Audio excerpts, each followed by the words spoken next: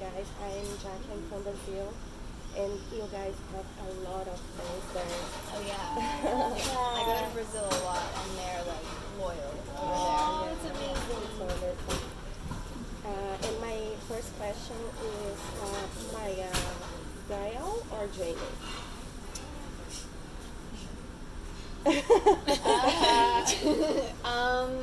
Jamie. Jamie? Yeah.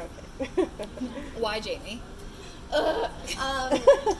There's pros and cons to both. I think Jamie takes care of Callie in a way that Gael doesn't or can't. Not in like a patriarchal way. In like more emotionally mature, emotionally competent. They're more kind of adults and equals, and I think she needs that. Yeah. So, but also Gael's great, and they have a lot of industry. So It's hard. Yeah, it's hard. It's hard when you have two beautiful men. How can you choose? Do you have to? I think you do. Yeah. So this show tackles, being in your young woman, especially in the workplace. So what is the most realistic aspect about that, do you guys think personally?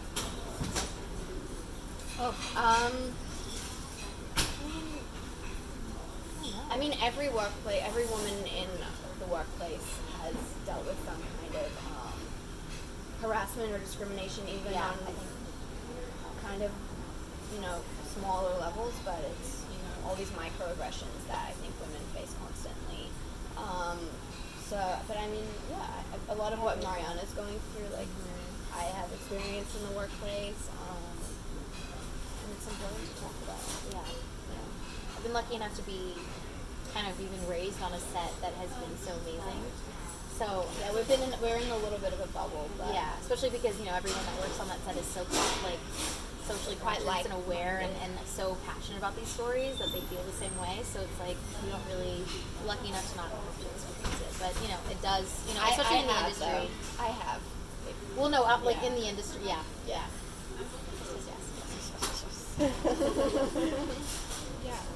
So Maia, in the episode that they screened earlier today, we saw, Jamie tell Callie that, her reckless behavior, as righteous as she might think it is kind of, has real consequences. And I'm curious, do you see what Callie's doing as reckless, or do you see it as her standing up for what she believes in no matter what? I think it's both. I think she will make a big difference in the long run if she keeps her head down and isn't so impulsive as she's always been. And so I'm rooting for her to kind of get it together, but I also respect her and her reasons for blowing things up and being the way she is, and she's not going to really keep her mouth shut. And so I mean, her journey will be a little tougher because of that. And for you, Cierra, obviously we saw, Raj and Mariana are finally together. I'm curious, what can we expect from that relationship through season 2? Raj has always been the best ally to her, kind of one of the only males that she can really talk to at Speculate and relate to, and he's always kind of been her biggest supporter. Now that they're together, I think it kind of goes against everything that she's been fighting for in a sense, so it might put a stress on other relationships and kind of what she's fighting for at work. So we'll see how that progresses, but big cue to what I'm thinking. And so what can we expect for Mariana this season? Well, I mean, the fight must go on. Where it left off, everyone admitted to leaking the salary info, and I think she's kind of at a crossroads to whether she's gonna get in trouble with that, or if there's gonna be a change in Speculate. But I think no matter what, she's wanting to fight for that change and to change the culture there. I think she's so strong. Thank you. Me too. I love her. If you could describe season 2 using only one word, what would you use? Groundbreaking.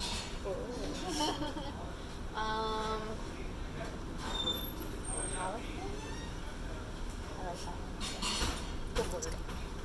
maybe to girl power. Sorry? Power. Girl power. Girl power. Yeah, totally. There's a lot of that in there. Yeah. So Maya, so in the trailers that have been going around, promoting season 2, we saw that Gael's first love, Elijah, is coming back into the picture, and I'm curious, how is Callie going to react to that now that, because she's still, as we saw in the premiere, she's still into Gael kind of, but Jamie's there, so like with Elijah coming back into Gael's life, how will Callie react to that? I mean, you always want what you can't have, so Right. I think, obviously she's jealous, but she doesn't really have a right to say anything at this point, so, yeah, you're gonna see her struggle with that, though, and also, she's, like, the most beautiful, intimidating person in the world. This guy, Denham, who plays Elijah, he looks like young Lenny Kravitz, so, yeah, obviously she's intimidated, but, you do see her quite committed to what she's doing. Looking back at season 1, what was the funnest scene for you guys to film? Season 1? Yeah. I loved Davia's birthday episode. That was a lot of fun, but I also loved when the moms came back and they got high. We had such a fun time with Sherry and Claire. Filming of that, like, they let her go crazy with all the improv as well, so she was cracking the whole crew up. Yeah. I think for me it was probably either the tango sequence in the finale or the scene that I am talking to myself back and forth, yeah. but I was talking about tennis balls. That was kind of fun. Yeah, Maya, going off of that, what was that tango scene like to shoot? Like, do you have a lot of dance experience, or was that a whole completely different world? Yeah, I grew up dancing, Okay. and I haven't done it in like years. Yeah. But I also have done a couple of musicals Right. where I had to dance a lot. Right. So, yeah, but tango is very different. I've never done ballroom dancing before. So, but the choreographer for that was the choreographer who choreographed me in the 2 films that I've done recently. So we've worked together before, and that was life-saving because I was a mess. Yeah. And so both of you are producers on the show, so I'm curious, how much input do you guys have in not just your characters, but just storylines in general for the show? We let the writers do what they do. Yeah. They're so Trust good. them with our lives. We trust them with with everything, and they just run with it, and we wouldn't dare try and get involved with that because they have just been completely on point since the start. Since day So one. we've never needed to. I mean, sometimes there'll be like little, dialogue-y things that Right. something's gonna feel more natural. Right. And we can come to them with that, but nothing structurally or story-wise. We've been really, really happy and super excited by everything. Yeah. Do they come to you though and ever ask you like, okay, so tell me what's going on in your life so I can kind of mimic what a millennial life is like, so we can like accurately depict that?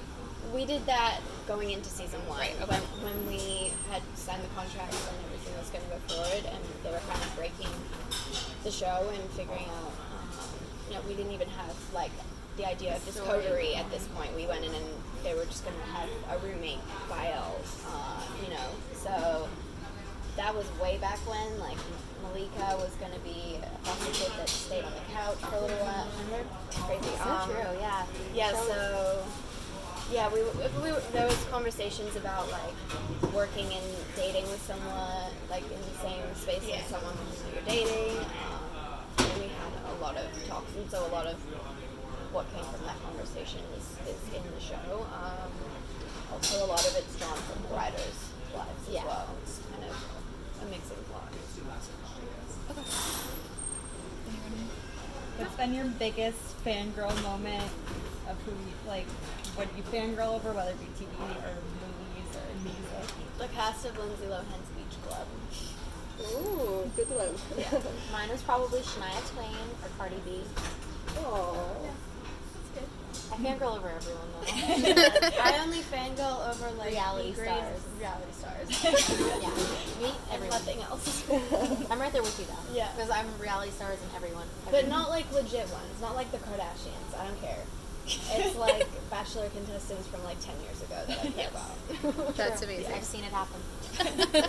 Well, thank you so Yeah, much. thank you guys. Thank you.